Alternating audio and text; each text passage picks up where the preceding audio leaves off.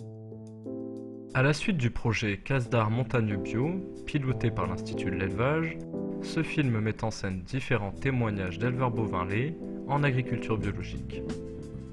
L'objectif est non seulement d'illustrer les choix, les motivations et les difficultés que peuvent rencontrer des éleveurs souhaitant se convertir à l'agriculture biologique, et également de les conseiller. Au cours des différents thèmes qui seront abordés, les personnes souhaitant se convertir pourront ainsi se confronter aux diverses trajectoires qui ont pu être analysées. Des éleveurs qui parlent aux éleveurs. Voilà le but de ce court-métrage, où la dimension humaine prime avant toute chose. Les interviews des 6 éleveurs ont été réalisées en Franche-Comté, en Aveyron, dans le Vercors. C'est ici, dans ces zones de montagne, que l'agriculture biologique représente un enjeu certain.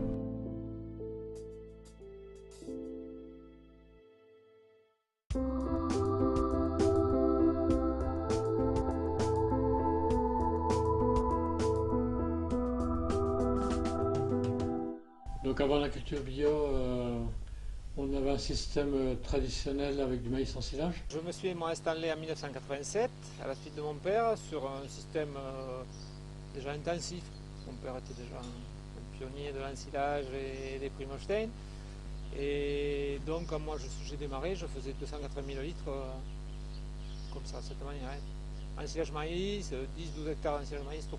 On était en système vache laitière et un petit troupeau vache allaitantes à côté avec ensilage d'herbe, ensilage de maïs et foin et pâturage. Avant, on vendait notre lait à une coop laitière à Belfort. Le jour où on est passé en bio, le lait bio ne les intéressait pas. Donc il n'y a pas eu de souci pour quitter la coopérative.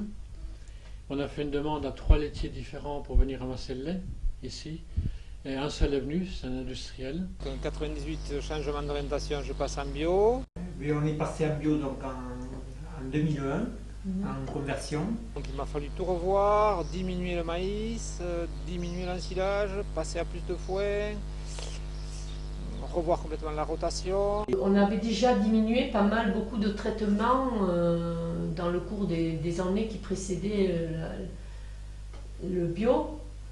Pour tester ce que ça donnait. Au niveau des traitements allopathiques sur les vaches, j'ai pratiquement tout supprimé.